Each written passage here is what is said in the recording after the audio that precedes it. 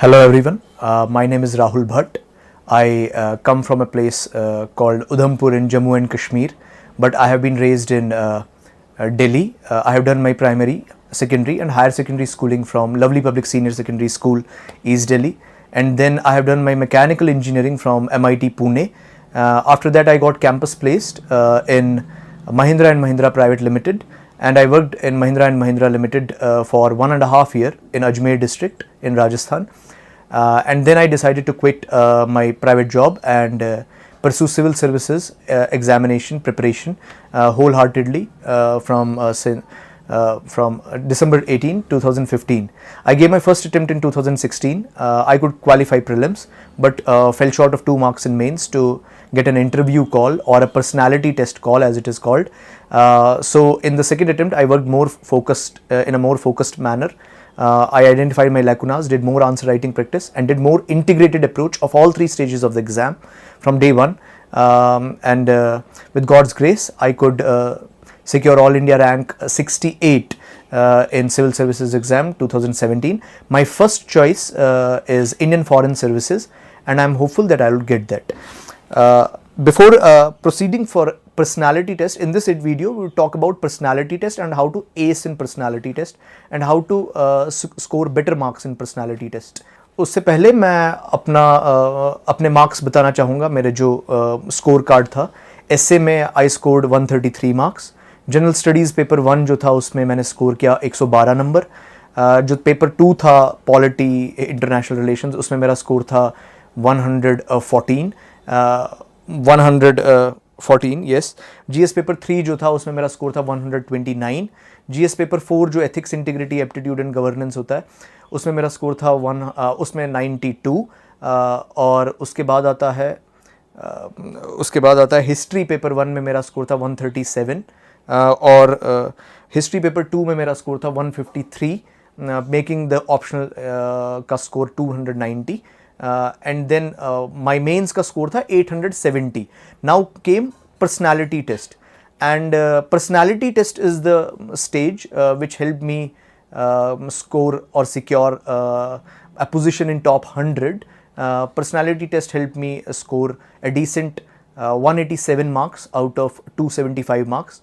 My board was PK Joshi board, and with a total cumulative accumulation of total marks of mains as well as interview, that is personality test, मेरा जो final score रहा वो था 1057 और मेरा rank थी 68. तो मैं ये बताना चाहूँगा कि आप लोग मेंस में काफ़ी ज़्यादा एक्सेल कीजिए ताकि पर्सनालिटी टेस्ट का आपका ज़्यादा फ़र्क ना पड़े इन द लिस्ट. मगर अगर आपको टॉप 100 में आने की कोशिश करनी है, आपको IAS, IPS, IFS सिक्योर करने की कोशिश करनी है, तो my advice would be to also include personality test as a crucial part in your journey. Mains तक उतनी ज़्यादा फिक्र मत भरिए पर्सनैलिटी टेस्ट की, बट मेंस जैसे ही आपने पेपर दे दिया उसके बाद 10-15 दिन आप थोड़ा वकेशन पे जाइए, थोड़ा रिलैक्स होइए. मगर 10-15 दिन के बाद आप पर्सनालिटी टेस्ट की तैयारी शुरू कर दीजिए, irrespective of what the result would be. आप होपफुल रहिए, रिजल्ट आपका पॉजिटिव होगा. मगर आप होलिस्टिक प्रिपरेशन पर्सनालिटी टेस्ट की स्टार्ट कर दीजिए. तो मैं आप पर्सनालिटी टेस्ट के बारे में बताऊंगा कि मैंने क्या किया पर्सनालिटी टेस्ट में ठीक नंबर लाने के लिए. तो कहते हैं कि पर्सनालिटी टेस्ट जो होता है उसमें एवरीथिंग अंडर द सन आ जाता है, कुछ भी पूछ सकते हैं. बट मेरा ऐसा मानना नहीं है. We have one thing called DAF, detailed application form, which we have to fill just after clearing prelims exam. Prelims का एग्ज़ाम जब आपका क्लियर हो जाता है, जैसे इस बार अभी रिजल्ट आ चुका है, अब 10,500 स्टूडेंट सेलेक्ट हो चुके हैं मेंस के लिए. अभी 10-15 दिन में उनको डैफ भी भरना पड़ेगा, डिटेल्ड एप्लीकेशन फॉर्म भरना पड़ेगा. तो इस डैफ को लाइटली ना ले इस टाइम पे, ये सोच के कि पर्सनालिटी टेस्ट तो बहुत बाद में है, अभी तो मेंस है. मगर इस डैफ को बहुत ही सीरियसली लीजिएगा, एक पूरा दिन इन्वेस्ट कीजिए. इनफैक्ट अगर कोई गाइड करने के लिए हो, कोई मेंटोर, कोई senior IAS, IPS, IFS officer, trainee या ऑफिसर, या कोचिंग में कोई आपका कोई टीचर या गाइड कर सके, तो प्लीज़ गाइड लीजिए.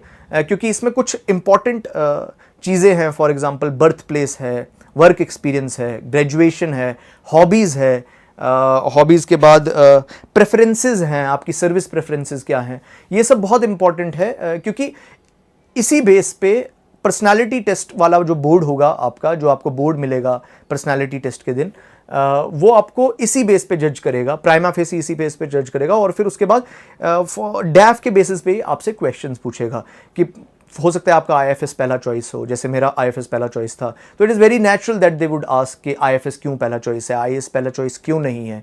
और उसके बाद बर्थ प्लेस है, जैसे मेरा जम्मू एंड कश्मीर था बर्थ प्लेस, तो they definitely ask me questions. 50% of my interview was on Kashmir crisis, Kashmir का आर्टिकल 370, कश्मीर में इंडस्ट्रियलाइजेशन क्यों नहीं है, कश्मीर में ट्राइफर्केशन ऑफ स्टेट कहाँ तक पॉसिबल है, इंडो पाक टॉक्स कितना ज़्यादा फ्रूटफुल हो सकता है, AFSPA arm forces special power act कहाँ तक सही है, कहाँ तक गलत है।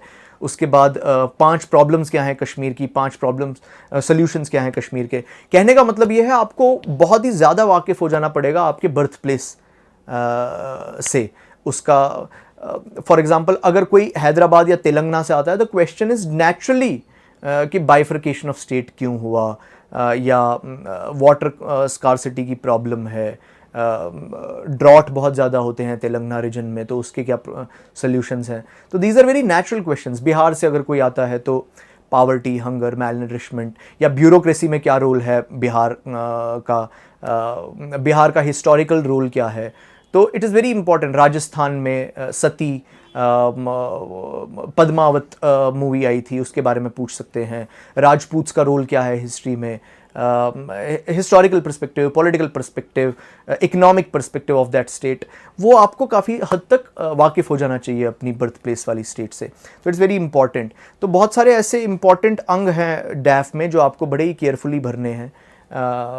तो मैं स्टार्ट करूँगा। पहले name is very important. For example अगर मेरा नाम राहुल भट्ट है तो they can ask question for example के हिस्ट्री में कौन कौन से राहुल के प्रसिद्ध कैरेक्टर्स थे। फॉर एग्जांपल बुद्धा के बेटे का नाम राहुल था। Rahul Dravid is a cricketer. Rahul Bose is a good actor, fine actor. Rahul Sankrityayan बड़े ही प्रसिद्ध पोएट थे हिस्ट्री में। उसके बाद birth place is very important. Birth place आप अपनी भरिए जो भी होगी। जे.एंड.के है तो जे.एंड.के के बारे में वाकिफ़ हो जाइए। जे.एंड.के के लिए वाकिफ़ होने के लिए मैंने तो जे.एंड.के की वो नो योर स्टेट होता है, अरिहंत की किताब आती है नो योर स्टेट, उसको अच्छी तरह पढ़िए। 200-250 पेज की किताब होती है। मेंस के बाद आप अपनी स्टेट के बारे में डिफरेंट चीज़ें जान पाएंगे। इसका एग्रीकल्चर क्या है, इसका ज्योग्राफी क्या है, इसका हिस्ट्री क्या है, इसका इकोनॉमी क्या है, इसका ह्यूमन इंडाइसिस क्या है, एट्सेट्रा, इसका क्राफ्ट क्या है, इसके पॉपुलेशन क्या है, इसका रेशियो क्या है, जेंडर रेशियो, एट्सेट्रा, इसके इश्यूज़ क्या हैं। उसके बाद बर्थ प्लेस के बाद वर्क एक्सपीरियंस बहुत इंपॉर्टेंट है, वो भी आपके डैफ में आपको भरना पड़ता है। वर्क एक्सपीरियंस अगर आपका किसी प्राइवेट कंपनी में है तो लिखिए। और उसके बाद वर्क एक्सपीरियंस से भी क्वेश्चन पूछे जा सकते हैं। फॉर एग्जांपल अगर कोई आप टीसीएस में काम करते होंगे या इन्फोसिस में काम करते थे पहले, या महिंद्रा एंड महिंद्रा में जैसे मैं काम करता था, स्वराज ट्रैक्टर डिवीजन में काम करता था, तो the natural questions would be can be asked कि Swaraj tractor mechanisation of agriculture से क्या फ़ायदे हो सकते हैं। फिर वो एग्रीकल्चर में डेल्व कर सकते हैं कि ड्रिप इरिगेशन या इंडो इज़राइल रिलेशंस, या फार्मिंग में ट्रैक्टर्स या इम्प्लीमेंट्स कहाँ तक सही हैं, या स्टूबल बर्निंग के लिए रोटावेटर्स और ये सब मशीनें जो नई लानी है स्टूबल बर्निंग को अवॉइड करने के लिए, स्टूबल को उखाड़ने के लिए, वो स्टूबल को अलिविएट करने के लिए, उसके लिए क्या क्या सुझाव आप दे सकते हैं। उसके बाद ग्रेजुएशन बहुत इंपॉर्टेंट आता है। जैसे मेरा इंजीनियरिंग था ग्रेजुएशन सब्जेक्ट, तो पीके जोशी बोर्ड और बहुत सारे अदर बोर्ड्स भी काफ़ी ज़्यादा पूछते हैं ग्रेजुएशन सब्जेक्ट पे। अगर इंजीनियरिंग है तो they would ask basic concepts of engineering. वो ज़्यादा डीप नहीं पूछेंगे, बट बेसिक नॉलेज तो होनी चाहिए। अगर आपने 4 साल वहाँ इन्वेस्ट किए हैं तो आपको बेसिक अंडरस्टैंडिंग तो होनी चाहिए। मैंने भी क्या किया था, मैंने हैंडबुक ली थी मैकेनिकल इंजीनियरिंग की मेंस के बाद, बेसिक कंसेप्ट्स को फिर रिवाइव करने के लिए, कि क्योंकि बहुत सारा टाइम हो जाता है, आप ग्रेजुएशन से काफ़ी हद तक कट जाते हैं, आप बिल्कुल ही डिफरेंट सब्जेक्ट्स पढ़ते हैं, ह्यूमैनिटीज़ के सब्जेक्ट्स पढ़ते हैं सिविल सर्विस एग्ज़ाम में, मगर आपसे पर्सनैलिटी टेस्ट में आपका टेक्निकल सब्जेक्ट भी पूछ लेते हैं कभी कभार। तो इंजीनियर्स को कभी कभार प्रॉब्लम आती है, बट आई वुड से जिस तरह से 4 साल की इंजीनियरिंग अच्छी तरह की कंप्लीट, आप 15-20 दिन में हैंडबुक लेके बेसिक टर्मिनोलॉजीज़ को फिर से ब्रशअप कर सकते हैं और एक अच्छा आंसर फिर से फ्रेम कर सकते हैं पर्सनालिटी बोर्ड के सामने। फॉर एग्जांपल पूछ सकते हैं, अगर मेरा मैकेनिकल इंजीनियरिंग है तो पूछ सकते हैं ज़ीरोथ लॉ क्या है, फर्स्ट लॉ ऑफ थर्मोडायनेमिक्स क्या है, सेकंड लॉ ऑफ थर्मोडायनेमिक्स क्या है, कार्नोट साइकिल क्या होता है, रेफ्रिजरेशन कैसे वर्क करता है, या एयर कंडीशनिंग कैसे वर्क करता है।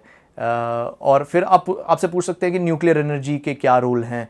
उसको आपके जो मैकेनिकल इंजीनियरिंग है ना, उसको आप करंट डेवलपमेंट से भी या आपका जो ग्रेजुएशन सब्जेक्ट है उसको करंट डेवलपमेंट से लिंक कीजिए, वो क्योंकि मोस्टली वो उसी स्फेयर से पूछेंगे, उसी सब्जेक्ट से पूछेंगे। फॉर एग्जांपल मेरे लिए इंपॉर्टेंट बन जाता था कनेक्टेड कार्स या इलेक्ट्रिक व्हीकल्स या हाइब्रिड व्हीकल्स का क्या फ्यूचर है, स्कोप है, एट्सेट्रा। BS6 नॉर्म्स आए थे अभी, BS6 नॉर्म्स की बात की जा रही है, तो BS6 नॉर्म्स कहाँ तक सही है, BS6 नॉर्म्स में चैलेंजेस क्या हैं, तो ये न्यूज़पेपर्स में कवर होता है।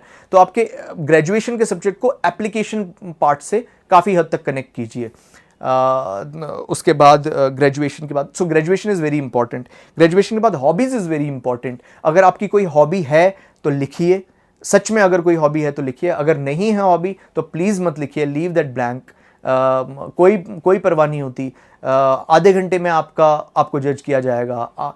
आपकी हॉबी हो या ना हो फ़र्क नहीं पड़ता है, मगर ब्लफ मत कीजिए। हॉबी अगर नहीं है जूडो कराटे तो मत लिखिए जूडो कराटे, क्योंकि उनको पता होगा जूडो कराटे के क्वेश्चंस, वो आपको बम्बार्ड करेंगे क्वेश्चन से। आपको नहीं आएगा तो उनको लगेगा कि ये अगर यहीं पे ब्लफ कर गया तो सर्विसेज में तो बहुत ज़्यादा ब्लफ करेगा।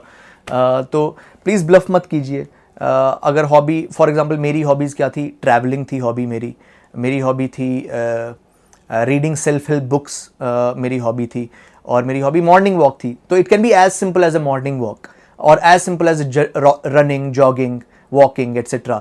बट फिर आप प्रिपेयर रहिए कि मॉर्निंग वॉक अगर आपने लिखा है तो मॉर्निंग वॉक से आपको क्वेश्चन आ सकता है कि आप बताइए कि एयर का कंपोजिशन क्या होता है मॉर्निंग में, फॉग ज़्यादा होती है कि नहीं, फॉग से क्या होता है एट्सेट्रा। वहाँ से आपको डिल किया जा सकता है और कंफ्यूज किया जा सकता है और ट्रिक किया जा सकता है।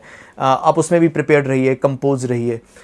उसके बाद आपसे ये पूछा जाता है वॉकिंग, रनिंग और जॉगिंग में क्या डिफरेंस है, एज ए बायोलॉजी स्टूडेंट बताओ, अगर आप बायोलॉजी बैकग्राउंड के हो एट्सेट्रा, तो आपको वो भी पता होना चाहिए।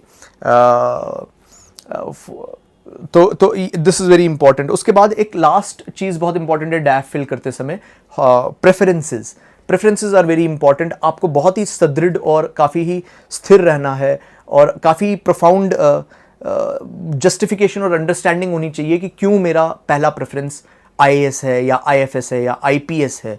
क्योंकि बहुत सारे टॉपर्स जो होते हैं, for example this year also there are many toppers in top 2025 who have selected IPS as their first preference. There are even toppers in top 100 who have selected IRS, Indian Revenue Service, as their first preference. I have selected Indian Foreign Service as my first preference. So a natural question can be asked. You should be very thorough with the justification. It should be your personal justification. क्यों आप चाहते हैं IFS? For example, मैं हमेशा college period में foreign India का role पढ़ता था, ग्लोबल अफेयर्स में क्या होता था, इंडिया का रिच पास्ट पढ़ता था। So I always had this India in mind. So I always wanted to present India as a representative, Indian representative abroad in global institutions. और उसके साथ साथ I come from a very conflict ridden state called Jammu and Kashmir. So our family has faced the horrors of terror and many people in Jammu and Kashmir face the horrors of terror. We have faced it in 1990. So all these issues like terrorism, climate change require global collaboration, without which in silos we cannot alleviate it. So I wanted IFS so that I can work in multilateral institutions, collaboratively with foreign governments, in better collaboration on the front of tackling terrorism or climate change, etc. उसके बाद economic transformation on ground by FDI, by more global collaboration, by securing partnership with, for example, say Indo-Israel, in terms of drip irrigation, which directly impacts our farmers on ground. Then comes representing India in right light in global institutions. We have to present our history, culture, heritage throughout the globe in better light. And our personality in the end should also sink in with the job that we take. IFS came as a very natural corollary for me. Similarly, you should have your own justifications for IFS, IPS, IAS, IRS, etc. So be thorough with all services. एक बार पढ़ लीजिए internet पे जाके कि हर एक service क्या है, किस में अकाउंट्स का काम ज़्यादा है, किस में एडमिनिस्ट्रेटिव काम ज़्यादा है, आपकी क्या पर्सनल एस्पिरेशंस है, आपको अकाउंट्स काम में ज़्यादा लेना है, कैग में अगर आपको है तो Indian audit and account service है, आपको मीडिया में ज़्यादा रोल प्ले करना है तो इंडियन इंफॉर्मेशन सर्विस है, रेलवे सेक्टर है इंडियन रेलवे ट्रैफिक सर्विस। तो आप प्रेफरेंसेस 1 से लेकर 20 तक टोटल जो भी सर्विसेज होती हैं, आप हर एक के बारे में थोड़ी थोड़ी नॉलेज लीजिए। आप देखिए कि आपका टेस्ट किस में आ रहा है, आपका पर्सनैलिटी किस में सिंक इन करती है, और उसी अकॉर्डिंग आप अपनी डैफ फिल कीजिए और उसमें आप फिल कीजिए अपनी प्रेफरेंसेस। उसके बाद एक कैडर एलोकेशन पॉलिसी होती है, कैडर एलोकेशन भी ध्यान से भरिए। For example it was a very natural question for me, उन्होंने मुझसे पूछा कि IAS is your second preference, if you I know you would serve anywhere in India being an all India servant, civil servant, but provided a choice, which state would you serve? So very natural and brisk answer was, very confident answer was, sir, Jammu and Kashmir. I would serve in Jammu and Kashmir. Smiled at all faces. They gave a smile. They smiled back at me, and my interview was over that way. A personality test was over that way. So be very thorough with your preferences. Be very authentic there. And don't bluff there. तो this is about DAF, how to fill DAF. DAF को इसीलिए काफ़ी thoroughly भरिए। Basically name, birthplace, work experience, graduation, hobbies और preferences, ये important ingredients और elements है DAF के। मेरे डैफ में तो एक और इंपॉर्टेंट एलिमेंट था, my father's name. My father's name is for example Vijay Gagarin Bhatt. So Gagarin आपके फादर्स के नाम में क्यों है? So Gagarin comes from Yuri Gagarin. My father was born in the same year as Yuri Gagarin went into space. So my grandfather was influenced by USSR politics and ideas. So he named my father after Vijay Gagarin Bhatt, आज Gagarin की विजय हुई, etc. So फिर natural question in mock interviews was कि how did Gagarin die, or what is Indo-USSR space relations or defense relations. और फिर वहाँ से subsidiary question आ जाता है, इसरो का क्या रोल और अचीवमेंट है। तो कहने का मेरा मतलब ये है कि आप अपने डैफ से काफ़ी ज़्यादा थॉरो रहिए, and through this I would strongly tell you that DAF is the defined syllabus for personality test. Everything under the sun would not be asked, exceptions हो सकते हैं, but what is in your hold is your DAF, and you can prepare that wholeheartedly. You can prepare your name, birthplace, work experience, graduation, hobbies and preferences in holistic manner. Interview transcripts भी आते हैं mains के बाद, जो transcripts देते हैं 2016-17 में topper जो ट्रांसक्रिप्ट देते हैं वो मार्केट में अवेलेबल होते हैं। आप उनको देखिए, आप क्वेश्चंस देखिए कैसे पोज किए उन्होंने, खुद आंसर करने की कोशिश कीजिए, आप किस तरह से आंसर कर सकते थे इस क्वेश्चन को in a better confident manner. Because I would tell you there are 3 things which matter in a personality test, which is conviction, clarity of thought और confidence. These 3 ingredients are very important in a personality test. They are not judging your knowledge. They have already checked your knowledge in prelims as well as mains. Yes, of course, they will check your personality traits through knowledge intensive questions. For example current affairs जो हो रहा होगा और जो आपका डैफ होगा, current affairs जो होगा social, political, foreign policy etcetera. For example मेरा IFS पहला चॉइस था, तो natural questions for me were Indo Israel relations, that was asked to me. Then Indo African relations were asked to me.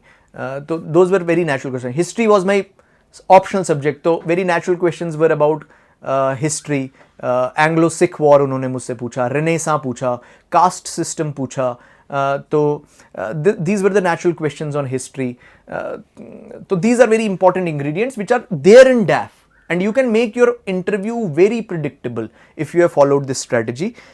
Then I would say RSTV mains के बाद देखना शुरू कीजिए। YouTube पे चैनल है, सब्सक्राइब कीजिए, उस पर कुछ शोज़ हैं, मैं बताता हूँ आपको। इंडियाज़ वर्ल्ड, फॉरेन में क्या हो रहा है, इंडिया का इंडो इजराइल रिलेशन कैसे हैं, नॉर्थ कोरिया साउथ कोरिया के बीच में क्या हो रहा है, what are its implication, China का क्या रोल है साउथ चाइना सी में और इंडियन ओशन में, यूएस का क्या रोल है, प्रोटेक्शनिज्म, ट्रेड वॉर एटसेट्रा। तो India's world is a very good show जहाँ पे सीजन्ड रिटायर्ड ब्यूरोक्रेट्स और डिप्लोमैट्स वहाँ पे शो पे आते हैं और वो अपने व्यूज़ डिस्कस करते हैं about various issues that are the agenda of the debate on a particular day. दूसरी चीज़ है the big picture. The big picture is very important. जो भी डोमेस्टिक इश्यूज़ हो रहे होंगे वो बड़ी अच्छी तरह से कवर होंगे डिबेट में। आपको फ्रूटफुल पॉइंट्स मिलेंगे from season bureaucrats, journalists, critical analysts etcetera. और तीसरी चीज़ बड़ी इंपॉर्टेंट और इंटरेस्टिंग आती है RSTV पे, इन डेप्थ एक और शो आता है। इन डेप्थ में आपको ब्लॉकचेन टेक्नोलॉजी के बारे में इन डेप्थ में बताएंगे, अफ्स्पा के बारे में इन डेप्थ में बताएंगे, इमरजेंसी पीरियड के बारे में इन डेप्थ में बताएंगे, freedom of speech and expression के बारे में इन डेप्थ में बताएंगे। तो इस तरह से बहुत ही सुंदर शो है, बहुत ही ब्यूटीफुल शो है। आपका एक पर्सनालिटी टेस्ट का जो प्रिपरेशन है काफ़ी एंगेजिंग और काफ़ी फ्रूटफुल रहेगा, जो आपको मेंस में भी काम देगा, प्रीलिम्स में भी काम देगा। अब आपका मेंस का रिजल्ट पॉजिटिव आए या नेगेटिव आए, it will definitely help you through out all stages of your preparation. Current issues जो भी हो रहे होंगे उस टाइम पे, जो मेंस के बाद जो भी करंट इश्यूज होंगे, ज़रूरी नहीं है पिछले पूरे साल का आपको इंटरव्यू के लिए प्रिपेयर करना है या पर्सनालिटी टेस्ट के लिए प्रिपेयर करना है। जो भी मेंस के जस्ट बाद से करंट इश्यूज चल रहे हैं उन पे बेसिक अंडरस्टैंडिंग रखिए। द हिंदू ना पढ़ें पर्सनालिटी टेस्ट के लिए, द हिंदू को सिर्फ सीमित रखिए प्रीलिम्स और मेंस तक। और इंटरव्यू के लिए आप द टाइम्स ऑफ इंडिया या हिंदुस्तान टाइम्स पढ़ सकते हैं। That's what I was suggested by retired bureaucrats etcetera for preparing for personality test in a holistic manner, because many bureaucrats and diplomats do read Times of India and the Hindustan Times rather than the Hindu. फिर आप Indian express भी पढ़ सकते हैं, ऐसा कोई परहेज़ नहीं है कि आपको सिर्फ यही पढ़ना है, क्योंकि मोर और लेस सेम आर्टिकल्स होंगे सब जगह। करंट इश्यूज़ को और इन डेप्थ में जानने के लिए during that time study IQ एक सोशल मीडिया चैनल है, यूट्यूब पे आती है, उसमें करंट इश्यूज़ को काफ़ी अच्छी तरह से बेसिक फाउंडेशन से समझाते हैं, वो आप अच्छी तरह कीजिए। जो भी आपको लग रहा हो उस समय का करंट इश्यू इंपॉर्टेंट है आपके लिए, या आपकी स्टेट से रिलेवेंट क्वेश्चन है, तो आप उस साइट पे जा सकते हैं और आप वो देख सकते हैं। उसके अलावा इंटरव्यू, पर्सनालिटी टेस्ट के लिए इंटरव्यू नहीं भूलना चाहिए, पर्सनालिटी टेस्ट है, क्योंकि इंटरव्यू नॉलेज इंटेंसिव होता है, आपकी नॉलेज चेक करता है, आपकी अवेयरनेस चेक करता है, बट यहाँ पे आपकी पर्सनालिटी ट्रेट्स चेक किए जा रहे हैं, आपकी ऑनेस्टी चेक की जा रही है, आपका कन्विक्शन चेक किया जा रहा है, आपका क्लैरिटी ऑफ थॉट चेक किया जा रहा है, आपका कॉन्फिडेंस चेक किया जा रहा है, आप नर्वस तो नहीं है वो चेक किया जा रहा है, आप बाउंस बैक करने की एबिलिटी रखते हैं वो चेक किया जा रहा है। 5 लोग होते हैं इंटरव्यू बोर्ड में, 5 लोग आपका इंटरव्यू लेते हैं और 5 की नज़र आप पे होती है। हो सकता है कि वो बिल्कुल एक्सप्रेशनलेस हों, आपको बिल्कुल ही सपोर्ट ना दे रहे हों, आपकी हाँ में हाँ नहीं मिला रहे हों, ना में आपकी किसी आंसर में ना भी ना कर रहे हों, वो सिर्फ आपको देखते हैं, एक्सप्रेशनलेस होते हैं, मगर आपको फिर भी सदृढ़ रह के अपना आंसर कहीं पे तो एंड करना ही है। तो आप कॉन्फिडेंट रहिए, क्लैरिटी ऑफ थॉट रखिए, कन्विक्शन रखिए, ऑनेस्ट रहिए, और ये बेसिक चीज़ें जो हैं ये प्रिपेयर कीजिए, आप बिल्कुल एस करेंगे इंटरव्यू में। और इसके साथ मैं ये कहूँगा, मैंने 3 जगह बेसिकली इंटरव्यू दिया था। राउज इंटरव्यू गाइडेंस प्रोग्राम दिया था, 2 वहाँ पे मैंने मॉक्स दिए थे, I would say very fruitful मॉक्स। But आप राउज के मॉक शुरू में दे दीजिएगा, क्योंकि जो पैनल होता है काफ़ी ज़्यादा ग्रिलिंग होता है। तो अगर आप टुवर्ड्स द एंड देंगे, अप्रोचिंग द इंटरव्यू डेट या पर्सनैलिटी टेस्ट का डेट, तो आप काफ़ी डीमोटिवेट हो सकते हैं। तो आप राउज के इंटरव्यू गाइडेंस के मॉक शुरू में दे दीजिए, आपको रियलिटी चेक मिल जाएगा कि आप कहाँ हैं और आपको कितना इम्प्रूवमेंट करना है। आप बाउंस बैक करेंगे अच्छी तरह इन नेक्स्ट मॉक। और मैंने संकल्प का मॉक दिया था, और मैंने चाणक्य IAS अकेडमी का मॉक दिया था, 1 मॉक दिया था, और संकल्प का भी 1 मॉक दे पाया मैं। तो इन ऑल मैंने 5 मॉक्स दिए। एक और मॉक मैंने खान स्टडी ग्रुप में दिया था, दैट वाज आल्सो गुड। तो 4 से 5 मॉक दीजिए, इससे ज़्यादा मॉक मत दीजिए, और अपनी पर्सनालिटी पे वर्कआउट कीजिए इस दौरान। जो मैंने कहा आपको कि आपके डैफ पे काम कीजिए, जो इंग्रेडिएंट्स मैंने डैफ में बताया, name, birth place, work experience, graduation, hobbies, preferences, इस पे काम कीजिए। आप प्रोज एंड कॉन्स ना गिनवाए इंटरव्यू और पर्सनालिटी टेस्ट में, आप एक स्टैंड लीजिए। फॉर एग्जांपल साइमल्टेनियस इलेक्शंस होने चाहिए कि नहीं। मेंस का आंसर लिखेंगे तो वहां पे आप प्रोज भी लिखेंगे और कॉन्स भी लिखेंगे और वे अहेड लिखेंगे, मगर यहां पे आप एक स्टैंड लीजिए, होना चाहिए हाँ या ना, और फिर उस पे लॉजिकल आर्ग्यूमेंट्स दीजिए। फॉर एग्जाम्पल, शुड द 4 जजेस हैव कम आउट, जो मीडिया के सामने 4 जजेस आए थे, आप यहाँ पे प्रोज एंड कॉन्स ना गिनवाए, आप अपना स्टैंड लीजिए, आपकी क्या सोच है, आपके क्या विचार हैं। मुझे लगता है कि नहीं आना चाहिए था, इसके लॉजिकल रीजंस ये हैं। मुझे लगता है कि आना चाहिए था, इसके लॉजिकल रीजंस ये हैं। आप अपने स्टैंड पे रहिए, वो क्योंकि काउंटर आर्ग्यूमेंट करेंगे, आपको अपने स्टैंड पे फिक्स रहना है। फॉर एग्जांपल, अफ्स्पा मुझसे पूछा गया था कि रिपील करना चाहिए कि नहीं। अगर आपसे पूछा जाएगा तो आप या तो हाँ बोलिए या तो ना बोलिए, और उस पर स्टैंड रहिए, हम्बल रहिए, और उसी स्टैंड को कंटिन्यूड रखिए with logical banking, logical arguments etcetera. तो इसलिए वो होता है कन्विक्शन और क्लैरिटी ऑफ थॉट। आप में अगर मगर करने की कैपेबिलिटी नहीं होनी चाहिए, आप फिक्स होने चाहिए, आप डिसीजन मेकर होने चाहिए। डिसीजन मेकर के लिए कन्विक्शन, क्लैरिटी ऑफ थॉट और कॉन्फिडेंस बहुत ज़्यादा ज़रूरी है।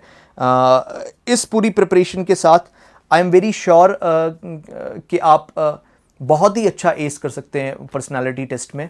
आप अपनी वॉइस पे काम कीजिए, आप कॉन्फिडेंटली आंखों में आंखें डाल के उनके बोलिए, कॉन्फिडेंटली मॉक्स दीजिए। और उससे उससे अच्छा है कि अगर आपका कोई सिबलिंग है घर पे, सिस्टर है या ब्रदर है या फादर भी अगर आपकी हेल्प कर सकता है, मदर भी अगर हेल्प कर सकती है, तो they can be of great support to you. For example, in my case my sister took my many mocks. जो इंटरव्यू ट्रांसक्रिप्ट मार्केट में होते थे तो मैं वो घर लाता था, मैं अपनी सिस्टर को बोलता था कि act like an interview board member, personality test board member. तो आप क्वेश्चन पूछो, मैं आपके मे आई कम इन मैम बोलूँगा और अंदर आऊँगा, चेयर पे बैठूँगा, तो आप फिर क्वेश्चन मुझसे पूछिए, आप देखिए कि जो आंसर है कि क्या वो सेटिस्फाइंग आपको लग रहा है कि नहीं। In this way you can definitely improve a lot. You can work upon your personality, become more confident, more graceful, more elegant, more composed, and can deliver very well in an interview or a personality test. One last tip in personality test: avoid in my opinion, many people would not tell you so. Many aspirants and many even toppers would not tell you so. In my interview, I never use sorry. Avoid sorry in an interview, because using sorry time and again makes the other person or third person believe that you are passive, you are meek, you are sorry or guilty for many things. You are not supposed to be sorry. You have cleared prelims, you have cleared mains, they have called you for personality test. It's your day. Don't feel nervous. You will feel nervous still till the end, but still try to fight it by being very firm. I would not say sorry. Avoid sorry in an interview. Just say, let me tell you what were my replies in an interview. 4 of my replies were, ma'am, I'm sure there is much to learn about this topic. I'll go back and read. Right now I'm not aware of this particular question. Second, my no was, sir, I'm totally unaware about this topic. Third no was, sir, I have heard this name but I'm not able to recall it right now. Simple sorry, no sorries, but in a very humble gesture, showing them I'm a keen learner. I would go back and read more about it. I'm sure there is much to learn. I'm unaware totally about this subject, sir, or I don't know, or I've heard this name but I'm not able to recall it. That would do. That would suffice. And face the personality test board. It's a very great experience in life that comes. You have to face many senior bureaucrats, and it's a once a lifetime opportunity. Have a great mood on that day. Be very cheerful throughout, and fight your fears on that day, because it is the cumulative marks of mains as well as interview that will personality test that will determine your final rank. At the end, destiny also plays a role. I would say it is half my hard work, half the blessings that people and believe that the people reposed in me, that I was able to score this much marks and this rank. I feel that there is no difference between you people, you aspirants, and me here, or any of the toppers this year, Civil Services Exam 2017. The only difference is that we were at the right place at the right time. You will definitely be at the right place at the right time very soon. And with this, I would close this, and I would wish you all the best. in your career, in your chosen path, excel in your chosen calling, and be authentic, be compassionate, be a great learner, improve your personality daily. That is only what will help you in personality test also. Leave it up to God, then leave it up to any natural power that you believe in or don't believe in. Trust in something, trust in karma, destiny, etc. As Steve Jobs says, it would be very sure in hindsight you can connect the dots. You will connect the dots and believe that whatever you are going through, the dots are being connected in some way to something good in the future. And with this, I would wish you all the best. 10,500 candidates have cleared prelims this year. They will fill the DAF very carefully, and then just after giving mains, prepare 10-15 days की vacation लीजिए. उसके बाद आप आराम से रोज़ 8-9 घंटा इसी strategy के अनुसार पर्सनालिटी टेस्ट पे वर्कआउट कीजिए, और इंटरव्यू और पर्सनालिटी टेस्ट के दिन आप अच्छी तरह जाइए, बहुत बढ़िया तरीके से पर्सनालिटी टेस्ट दीजिए. And I wish you all the best that all 782 candidates which will be selected to join the services very soon. All the best, take care, and thank you Delhi Knowledge Track for letting me share my strategy in a very authentic manner. I shared my strategy very open-heartedly with you people, and for more videos, like, subscribe and share Delhi Knowledge Track, and watch more toppers videos. You would get more knowledge and information, and accordingly you can develop your own strategy tailored to your own tailored to your own needs, etc. Thank you very much. All the best. Take care.